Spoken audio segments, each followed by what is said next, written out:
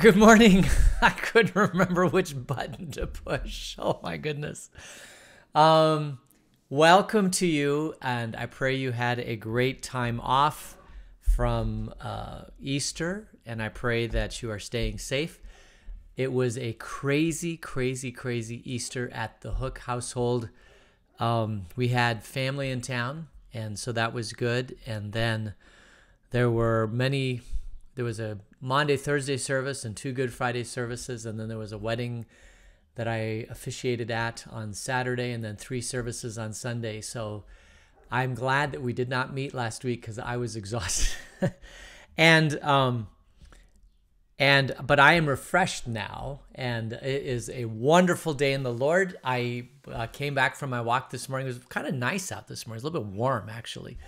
And there was a javelina in front of my house. And last night, we have, how much do I want to get into this? All right, we have, for the school has obtained 6 chickens and hatched 3 more chickens. So there's 9 chickens now, 9 additional chickens to accompany the 3 chickens that there are at the school right now. So they're about 4 weeks or 5 weeks old, and we have them outside so that they can acclimate to outside. Well, last night I looked outside and there was a bobcat trying to get into the chickens. So we didn't want the bobcat to eat the chickens, because once they taste chicken, right, there's no going back. And once they see the chickens, they want to come back every night until they get the chickens. So we have to bring the chickens now inside our house.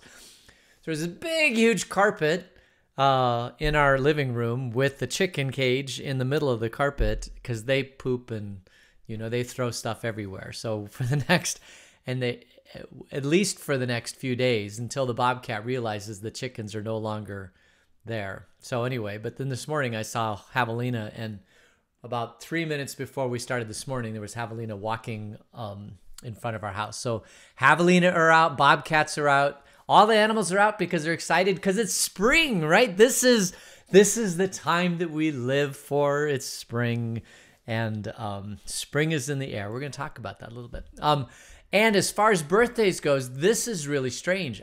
It's not that I don't show any birthdays today, but I don't show any birthdays for the next 2 weeks. Like, there's 0. So that's very bizarre. I don't know if it's broken or if there just are no birthdays in the next 2 weeks. I mean, is nobody born in April and May? Surely somebody's born in April and May, but maybe not. I don't know. And then let's see. We're also going to look at, I wanted to show you the coronavirus stuff. This, and I hope it shows up. Let's see. It does. Yes. All right. So if you look at the coronavirus stuff, you'll see that this is vaccinations. People who've had at least 1 dose. Do I want to do this? Let's see if I can get to Pima County. I want to do Pima County. Here we go. This is Pima County. There's 355,000 people that have had at least 1 dose of the vaccination in Pima County, and that's 35% of the people. So what does this mean? It means that, 35% of the people are at least partially vaccinated from the vaccine.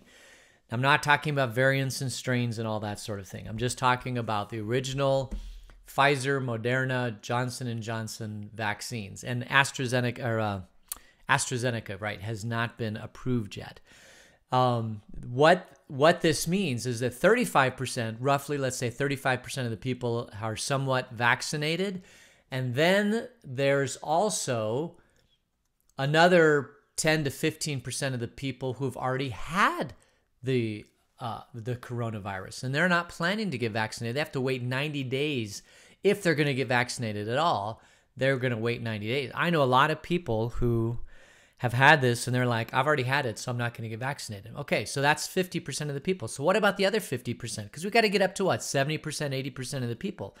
So that's the people that are ages 0 to 16 can't get vaccinated yet. That's probably 20% of the population, is not going to get vaccinated, because we haven't even gone down that route yet. So we're 50% plus 20% is 70%. So in order to get to herd immunity, we need anybody that's like 17, 18 up to 50 to get vaccinated. Well, my friends, they're not gonna get. Some of them, I've talked to a lot of people in that age group, and they're like, it's a low risk if I get it.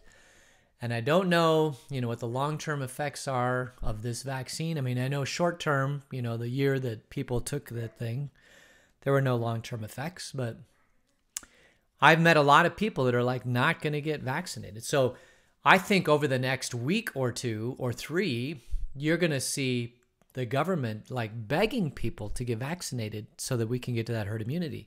Or the other possibility is that we're just not going to get to herd immunity, right?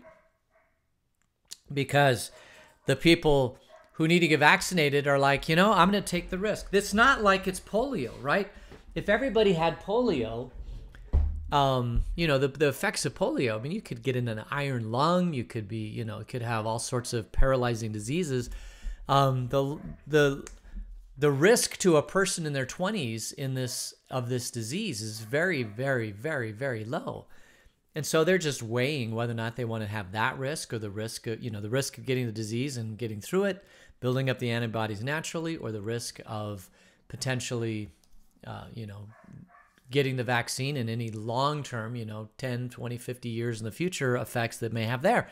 And they're just a lot of them I've talked to are not getting vaccinated. So what does this mean? It means that we are never going to have, I'm convinced now that we're never going to have somebody from the CDC or the National Institute of Health or whatever say, okay, we're out of this.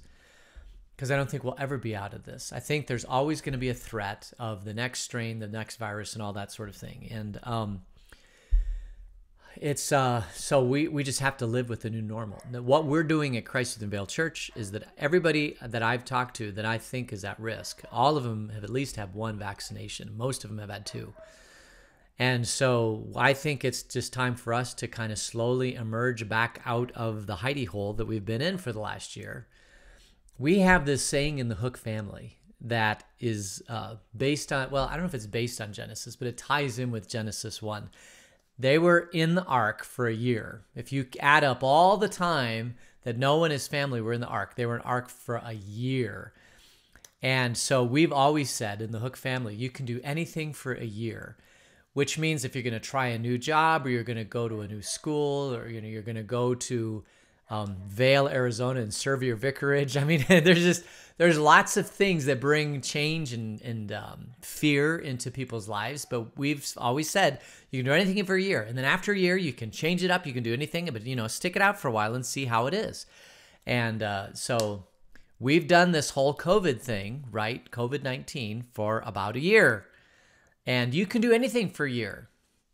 But after the year is up, people need to do something differently. So I think people are ready to kind of rejoin society and take care. I think society for the last year has done everything that society can to protect those people who are vulnerable. But now that the vaccine's available and people know they have the opportunity to get vaccinated, whether or not that's going to a clinic, or however, you're going to get vaccinated. We are now at the point where we as a society have done all we can. And now it's up to each individual person to assess the risk of their own life, to say, what am I going to do with the rest of my life to protect myself against these things? And so so as far as the church goes, you're going to start to see us. We're already worshiping in person, but you're going to start seeing us add more elements to the worship service and make the worship service a little bit longer. And because of that, we are going to move the 9:30 worship service to 10 o'clock. So we'll have an 8:30 worship service and a 10 o'clock worship service. And that's going to start on May 9th, which is about 4 weeks from yesterday. And so we're just going to start implementing all the stuff that we used to do at Cienega. Now we're going to implement it at our new congregation. We're going to start putting all the things into place that we need to. Somebody asked me, why are we doing 2 worship services? And the reason is that when you go from 1 worship service to 2 worship services, it is a very, very difficult change for a congregation. So much so that a lot of people will leave the congregation, or they'll be upset, they'll just fight against that. We've been at 2 worship services since we started because we needed to of COVID. And we know that the number of people that we need to support our new facility will require 2 worship services. So we know that eventually we're going to have to be at 2 worship services just to function as a church on Sunday morning. And it provides people the opportunity to go to an 8:30 service or a 10 o'clock service. Do you know the most popular time of worshiping in the United States is 10 o'clock in the morning?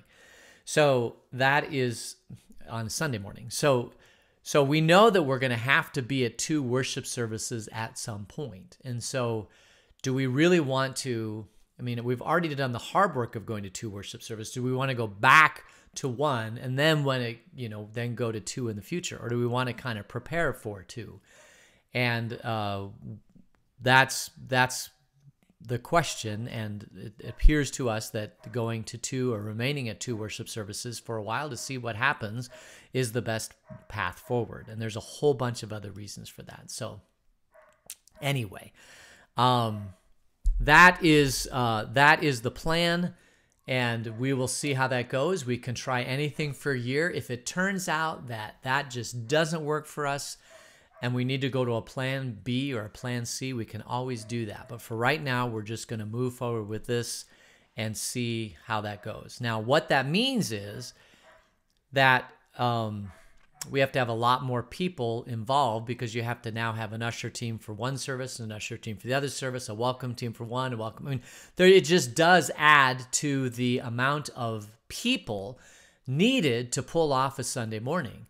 And so, at least for probably starting, we're going to launch to the community in the fall. We were originally thinking about launching in November, but now we're thinking about launching in September, October, somewhere in that time frame. It's whenever we can get all the pieces together to launch well into our community, then we are going to launch and do everything we can to try to make the 2 services as friendly, as inviting, as wonderful as possible, and try to get those people engaged all the way up to Christmas, and then do the most fantastic Christmas that we possibly can.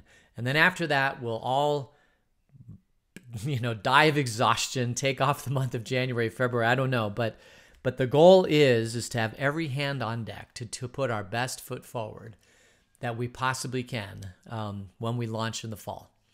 So that's the plan, and I pray that God blesses it, and I pray that we have a lot of people that are willing to do whatever it takes, because it's not just Sunday morning. It's preparing for Sunday morning, to making sure that everything happens, the people, just walk through our campus and say, this looks so inviting on a Saturday, so we're ready on Sunday. And then Sunday, we do everything we can to make it just the best experience that people have.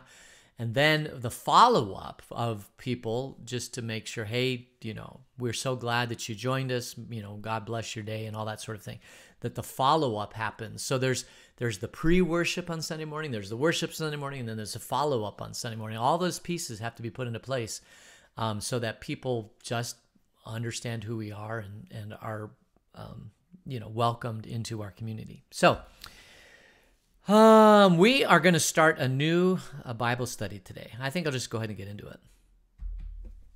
We are going to look at Genesis 1 and some implications of Genesis 1. I know this sounds crazy. We just did Genesis. We did that at the beginning of the pandemic. We went through the book of Genesis. We went through Matthew, and then we went through Genesis. But when we got to Genesis 1, there was just so much stuff there that I thought, oh my goodness, we could do just a whole Bible study on Genesis 1. And we should do a Bible study on Genesis 1 because it is so pivotal in understanding how God created us. And so I'm going to spend probably not more than a week, but it could be more than a week. You never know. Just taking a look at Genesis 1, because it has so many implications for what's going on in the world today that I feel, and I didn't do it when we were in Genesis 1 because I'm like, if I go down this path, it could take a month, and we don't have time to go through Genesis. If I spend a month on Genesis 1, people are going to freak out And they're going to say, if it took a month to get to Genesis 1, how long is it going to take through the book of Genesis? I mean, we'll be here for years. But it's just Genesis 1. I just want to go back and look at a couple things in Genesis 1 because it is pivotal. If you'll remember, Genesis, and actually I'm not even going to go through all of Genesis 1. I'm just going to go through a particular part of Genesis 1. How's that? Because if you'll remember, in Genesis 1, we are as God created us. We haven't fallen yet. We are his creation, the epic of his creation. We are the pinnacle of his creation. And he talks to us as his creation. And I want to look at Genesis 1, and we're just going to look at verse 24 and following. This is when God creates man. And I just want to take a look at this real quick. So let's take a look at Genesis 1, beginning at verse 20. Actually, we're going to do verse 27. So here we go. But just before we get there, God's created he's created the heavens, the earth, the stars, the sun, the moon, the atmosphere, and then he creates plants and he creates animals. And now he's going to create the pinnacle of his creation, which in Genesis 1 begins at verse 27. So God created mankind in his own image. In the image of God, he created them. Male and female, he created them. God blessed them and said to them, "Be fruitful and increase in number. Fill the earth and subdue it. Rule over the fish in the sea, the birds in the sky, and over every living creature that moves on the ground." Then God said, "I give you every seed-bearing plant on the face of the whole earth, and every tree that has fruit with seeds in it, they will be yours for food. And to all the beasts of the earth, and all the birds in the sky, and all the creatures that move along the ground, everything that has breath of life in it, I give every green plant for food." And it was so. And God saw that he had made, and it was very good. And there was evening and there was morning. There was the sixth day. So I just want to say, there's so much here. I think we all long as humankind to be back in the Garden of Eden, right? Heaven to me, if I have an image of heaven that sticks in my head, it is a glorified, perfected idea of being in the Garden of Eden. So when I go out into Cienega Creek Preserve, which is this preserve that's to the east of me, that has a spring feeding it, that has a river running through it, they have these beautiful trees that are full and lush, and there's grass, and I know there's deer that live in there, there's bear that live in there, there's coatis. I've seen coatis in there, I've seen raccoons in there, I've seen bobcats in there. I know that there's probably mountain lions in there. I mean, all the different animals that God created, I just feel like they are outside in the wilderness, and that I am in the Garden of Eden. Now, all these animals that I'm talking about, particularly mountain lions, bobcats, bears, and all those, they could come and attack me. So I'm not quite in the Garden of Eden because there's always that threat that I could die. But when I'm sitting there in Cienega Creek, maybe up on a hill or, overlooking just this beauty that God created, I feel connected with God in a way that I can't possibly even describe to you. I feel like that I'm his beloved child, that he loves me, that he cares for me, and that I personally, David Hook, am the most important person on the face of the earth to God at that moment, and that I'm just sucking in, just breathing in his beauty of his creation. And it just gives me a hint and a foretaste of heaven, but it also looks back to what the Garden of Eden must have been like. I mean, can you imagine? There's this scene in Jurassic Park, the very, very first Jurassic Park, where they go on to Ila, I can't remember which Ila it is, but one of those islands in Costa Rica, and it's got all this green grass, and all of a sudden there's all the dinosaurs, right? And the doctor comes out and he looks and he sees the green grass and the mountains and the clear blue sky, and he sees dinosaurs. He's seen something he's never seen before ever, that hasn't existed on the earth for millions of years, right? According to him. And I just feel like the Garden of Eden, I have no idea how big it is, right? I mean, it could be huge, right? Um, that there's this just incredible beauty and something that just speaks to our heart on a very, very deep level. And it's more than that. It's more than just the beauty of the creation and the water. It's also that he gave us food. Now, what kind of food was in the Garden of Eden that we were eating? Well, he says it's every, green plants. I mean, so God has fruit, he has green plants, he has everything that we need as humans to sustain ourselves was in the Garden of Eden. Now, people are vegetarians today, right? There are people who say, I don't want to eat meat, I just want to eat vegetables. And for the most part, you can kind of do that, but there are 2 amino acids in your body that only come from, your bodies can't produce them. And you have to be very, very, very careful if you're on a vegetarian diet that you eat enough of different kinds of things so that your body can produce the essential amino acids, which eventually go to the proteins. Because there are certain things that vitamins, minerals, and amino acids that you need in order to survive. But I would like to think that if we could survive in the Garden of Eden, that there was a food in the Garden of Eden that was so good for us, that it replenished us and had everything that we would need to survive. And maybe that food doesn't even exist anymore, but maybe the seeds of that food exist. Oh my goodness, you just think about that. If we could find the Garden of Eden and find those seeds, or right outside the Garden of Eden, because we were kicked out of the garden, maybe that food existed right outside of the Garden of Eden. That it was the longevity gene food, right? That if we would eat that food, it would heal the lysosomes in our body that cause us to age, improperly. We know that in Genesis, there was somebody, Methuselah, who lived 900 and something years, 950 years. There are 968, 948, I don't know. Anyway, there was a person, Methuselah, that lived for a long time. And that person lived, probably had access to the food before the flood. Maybe that whole food source was eliminated in the flood. I'm just vamping here because I think about these things. That maybe we can live to 1,000 years if we had the ability to eat the food that was in the Garden of Eden that made us live a very long time, that we just don't have that food. But maybe science will find it at some point. Because God put us in the garden and he gave us 2 commands, just 2 commands. Well, first of all, he made us male and female. That is not surprising that we're created in his image, male and female.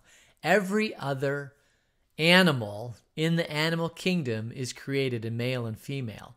And we know that the male provides certain genes and the female provides certain genes. Those genes come together and create a new creation. Now, all of creation does this, right? The birds do it, the animals do it, even plants do it. All of these different parts of creation come together. You need the male part, you need the female part for them to come together and create new life. And every other part of the creation does this, which means that mankind does this also. And we are created in the image of God. What does it mean to be created in the image of God? We're going to spend some time in that this week. But part of it is that we get to procreate, right? We get to, as a species, donate part of our DNA and then donate somebody else's part of the DNA. And those DNAs come together and we get to create life. I am amazed at the fact that we get to create life. And in the test tube, scientists have been trying to create life for how many years? The scientific method, what is life? How do we create life? How do we, manipulate life? Understanding DNA and all that sort of thing. Can we do gene therapy while the child is in the womb? All those kind of questions come up for sure. But the simple fact is that we as a human species created in the image of God get to create life. And we have this massive brain in our head that allows us to follow the two commands that God gave us in the Garden of Eden. And I want you to just listen to them. They're the Eden commands. He says, be fruitful and multiply, increase in number, fill the earth, and then he says, subdue it. Rule over the fish, the birds, the sky, every living creature that moves on the ground. In other words, everything. In this earth, we are the pinnacle of God's creation. We have this super brain that God gave us that allows us to be created in the image of God. When God created mankind in his image, he doesn't create us like the lizard or the javelina or the bobcat or all these different animals. We have control over our environment in a way that no other animal does, because we're created in the image of God. And because we're created in the image of God, he tells us to be fruitful and multiply and fill the earth and subdue it. That is a command of God. Why? Because he created us in his image to be able to have children, to create children, to love them in a way that the rest of the species of this earth cannot love them, and provide for them, and and rule over our children. I mean, that's probably not a great way to say it, but because they are our children, because they come from our DNA and we love them, that we get the great blessing in this world to rule over our children, to basically have children and to be almost like God in their life to them, at a way that all the other all the other species are not like that.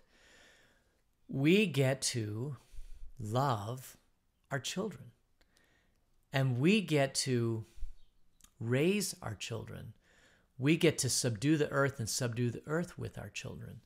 There's something about the way God created us in his image that is different from every other animal on this earth, in that we get to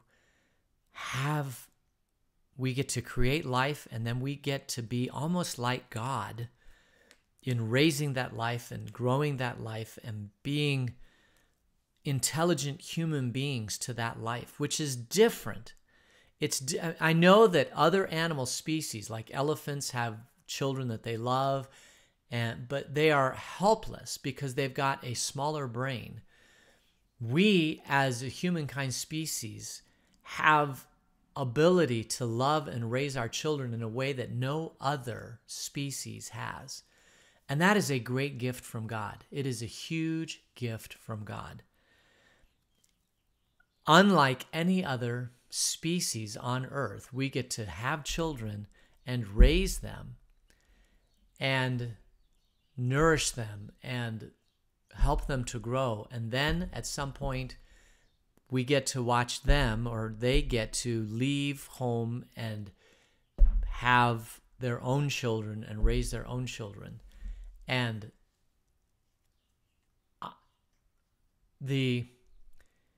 I guess we'll end with this. My children are all now grown, right? My son, and if you didn't hear, my son is engaged. So he's going to get married here pretty quick. And so I'll have 3 out of 4 in that category. And they, at some point, these children will have their own children. But it's not until your children, you raise them in the heat of the battle, right? Raising your children for 18 years, the heat of the battle. But then they go off to college, and you look around at your life and you say, what else in this world could possibly compare to the joy of having children, right? And there are lots of things. I mean, there's other things you can do in life, don't get me wrong. But when you've created life and raised that life and then see them leave, and you realize that there is nothing in this world ever that will compare to having children. I mean, and I say this, I have had the great fortune to do some amazing, wonderful things in my life that I'm not going to get into. But I have been very, very fortunate to be in some very, very good locations to be able to do some amazing things. None of them compare to having children, to raising children. It is the greatest joy, the greatest blessing and you don't even, you realize it when you have them at home and all that sort of thing, but when they go off and you look back and you reflect on what was that whirlwind that we just had, you realize there's nothing in this world that even comes close. There's nothing in this world that could come even close to the joy of having children and raising children than seeing them leave. It is as close to God as we get in this world, right? Having our brain, having children, raising those children, and being master, parents being loving and caring, compassion, master over those children. There's no greater thing. And so when God says, be fruitful and multiply, fill the earth and subdue it, and he's calling mankind to do this, it's hard. There's a lot of pain involved, and we'll get into that. But back then, it was a no-brainer. And they didn't have any of the pain from childbirth or supplying the needs of the children, all that sort of thing. And so God, when he gives this command, it's not because of anything else than God loves mankind. He created mankind in his image, and he wants mankind to experience the joy of what it's like to be in the image of God, which is to subdue the earth and to be fruitful and multiply. So we're going to talk about that a little bit, because the implications of that are just huge. And our society today, I think, has forgotten this. And the world around us, I think, because we are so impressed by science and technology, and we can solve so many of the world's problems, we've forgotten this great command from God, which is very simple: be fruitful and multiply and subdue the earth. So I think we'll go ahead and close it at that. And would you join me in prayer? Gracious God, for the blessings of this day, thank you so much. Thank you for the javelina that I saw today. Thank you for the beautiful weather. And Lord, continue to be with our world as we continue to struggle and get out of this COVID thing. And Lord, thank you for creating us in your image so that we could get a taste of what it must be like to be you. All this we pray in Jesus' name. Amen. All right, so that is our lesson for today. Thank you for joining me. And we are going to just spend a week on this, and then we will, I don't know how long we're going to spend on this, because the implications are huge. And we are going to, but that's what we're going to do this week, is we're going to spend some time on that. So thank you for joining me. Have a great day, and we'll see you tomorrow. Take care. Bye.